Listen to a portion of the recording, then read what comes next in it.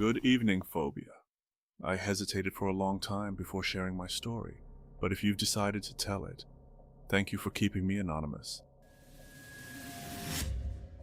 I met the father of my children when I was 16 years old.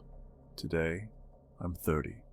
From the moment we met, it felt like fate, an inexplicable connection that quickly turned into a serious relationship. By the time I was 18, I introduced him to my parents and he introduced me to his mother. Things went smoothly on my side. My parents welcomed him warmly. But his mother, she wouldn't even look at me, let alone speak to me. Later, when we got engaged, her disapproval hadn't changed. At our engagement party, while everyone was congratulating us, she embraced her son with a smile. But when it was my turn, she leaned in close and whispered chillingly into my ear, "Are you afraid of witchcraft? You should be." Her words sent a shiver down my spine, but I brushed it off, trying not to dwell on it.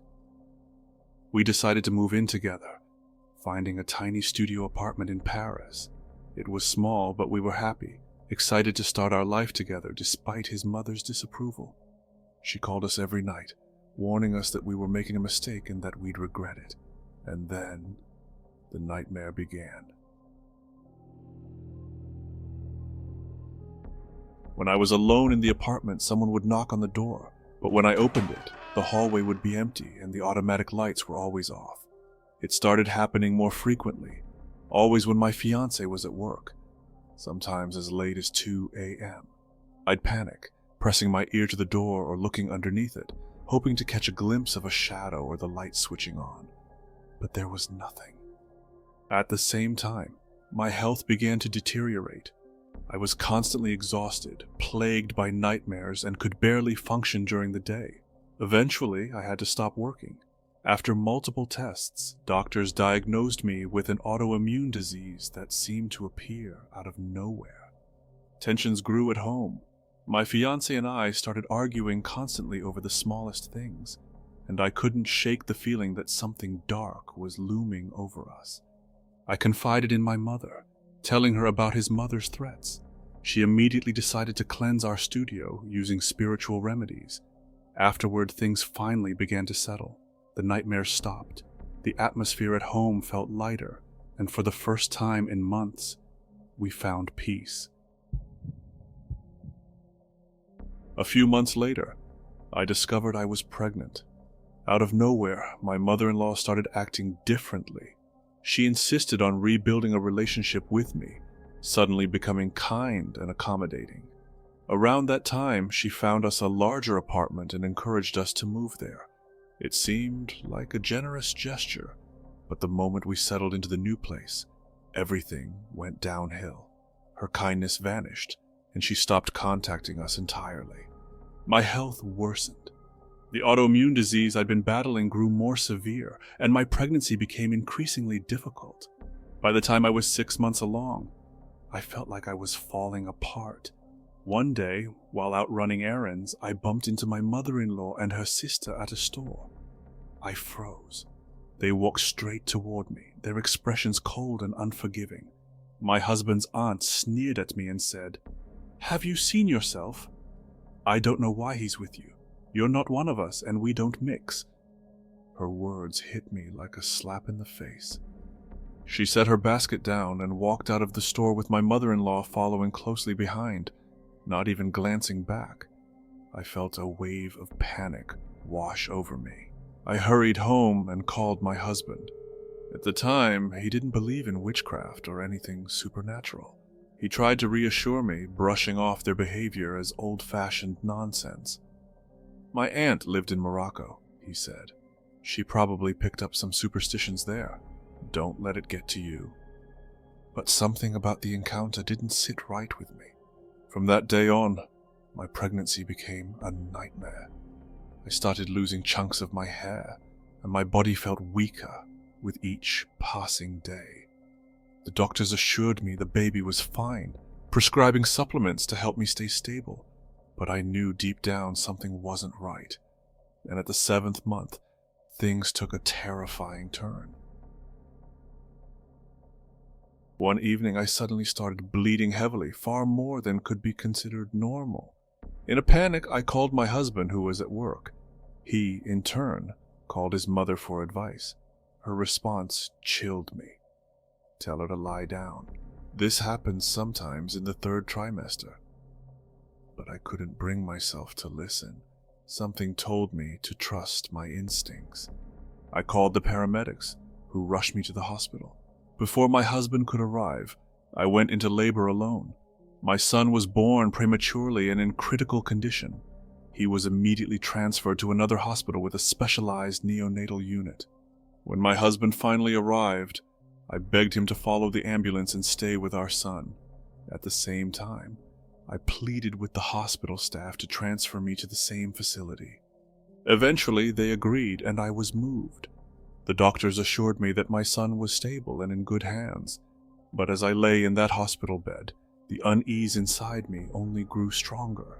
When I arrived at the hospital where my son had been transferred, a nurse told me that visits to the neonatal unit were limited to 1 person at a time. I waited anxiously for my turn, and when it finally came, I approached the glass window separating me from my baby. But through the glass, I saw her, my mother-in-law, standing inside the room with my son. Fury surged through me. I knocked on the glass, signaling for her to leave. She turned her head toward me, met my eyes for a moment, then deliberately looked away. Finally, I was allowed inside. I confronted her, demanding she leave. As she brushed past me on her way out, she locked her eyes on mine and whispered, "Enjoy him while you can." Her words chilled me to the core. I called for a nurse, desperate for some reassurance. The nurse tried to comfort me, saying my son was stable for now, but the tension lingered, heavy and suffocating. Hours passed. Doctors and nurses came and went, their faces giving away nothing. I stayed by my son's side, holding his tiny hand through the opening of his incubator. Then, the moment I'd feared the most arrived. Through the glass, I saw a doctor speaking to my husband in the hallway. His face crumpled and he fell to his knees. Panic overtook me. I rushed out of the room, leaving my baby alone in his incubator. My husband stood shakily, his face pale and his hands trembling as he pulled me into his arms. Through choked sobs, he told me the unthinkable.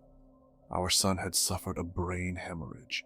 The doctors couldn't explain how or why, but they were certain he wouldn't make it through the night. I screamed. I cried until my voice broke, until there was nothing left inside me but an overwhelming, unrelenting rage. My mind raced back to my mother-in-law's parting words, her face, her tone. It felt like her curse had become a reality. At 2 p.m., my son passed away in my arms. I thought I had hit rock bottom, that nothing worse could happen, but grief has a way of proving you wrong. A priest, called by my husband, came to offer solace, but when he approached, I lost control.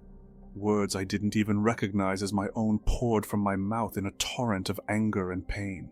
I screamed at him to stay away from me and my son. The room was silent, except for my cries of anguish.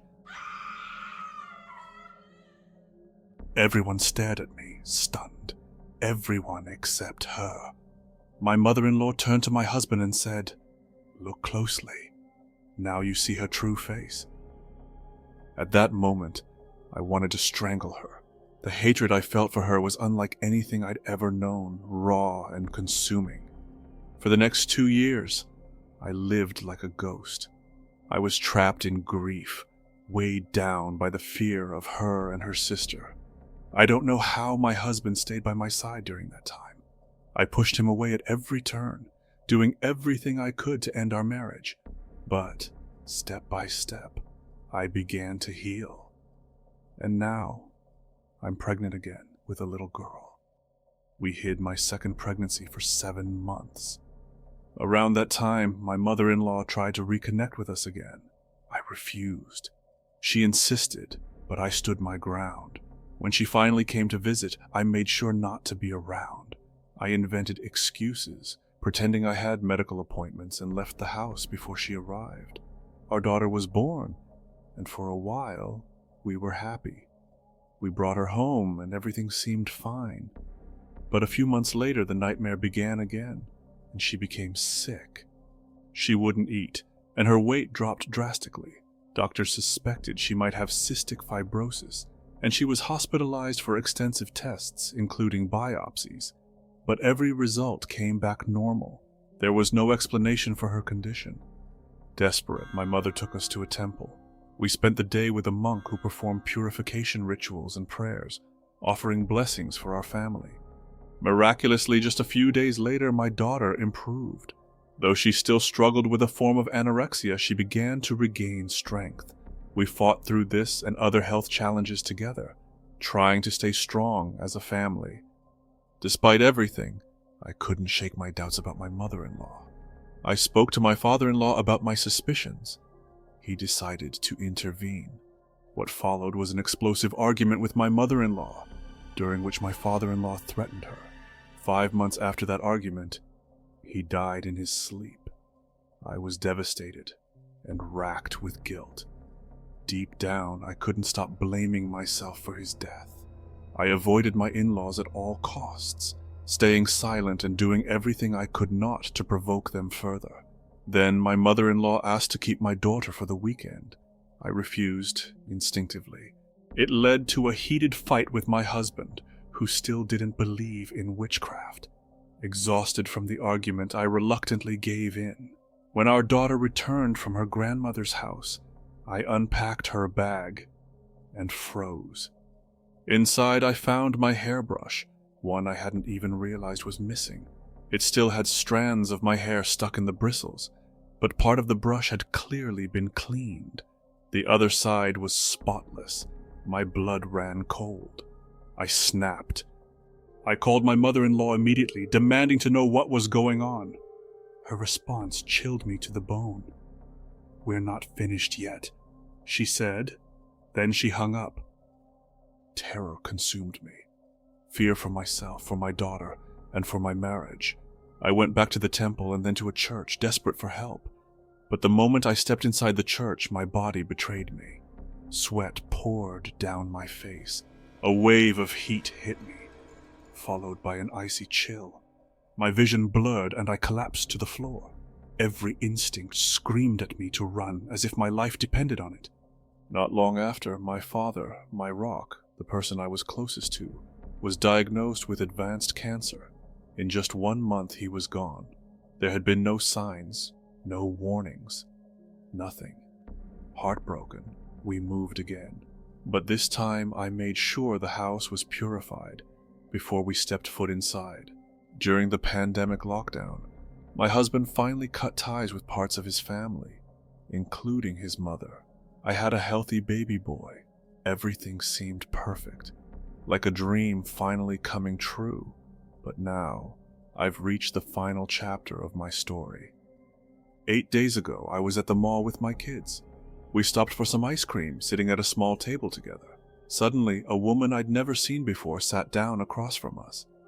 "I'm sorry," she said, her tone serious, "but I have a message for you." Her words caught me off guard. I glanced at my kids, unsure how to respond. Before I could ask her what she meant, she continued, "You've lost someone. A man with a deep voice. His name begins with the letter N." My breath caught in my throat. My father's name began with an N. "I don't think this is the right time," I stammered, gesturing toward my children. But she wouldn't stop. "He wants me to warn you," she said firmly. "Be cautious of your in-laws.